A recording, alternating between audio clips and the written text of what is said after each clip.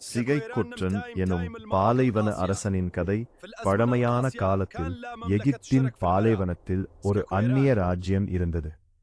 அந்த நாட்டை ஆட்சி செய்தவன்தான் சிகைக்கொற்றன். தென்னிந்திய வம்சத்தில் பிறந்த வல்லரசன். போராளிய ராஜ்யத்தின் மர்மம். சிகைக்கொற்றன் ஒரு சாதாரண மன்னன் அல்ல. அவன் எகிப்தின் மர்ம சக்திகளை கற்றவன். பாமர மக்களை காப்பாற்ற வந்த போராளி. எதிரியின் வருகை. வடக்கு பாலைவனத்தில் இருந்து ஒரு கொடூர படை நாட்டை தாக்க வருகிறது. மக்கள் பயத்தில் நடுங்குகிறார்கள். வீரத்தின் எழுச்சி. சிகைக்கொற்றன் தனது படையை அழைத்து போருக்கு தயாராகிறான். மகா போர்.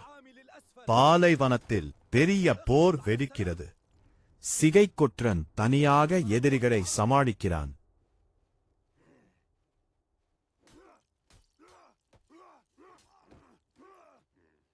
போரில் வெற்றி பெற்ற சிகைக்கொற்றன் தனது நாட்டை காப்பாற்றுகிறான்.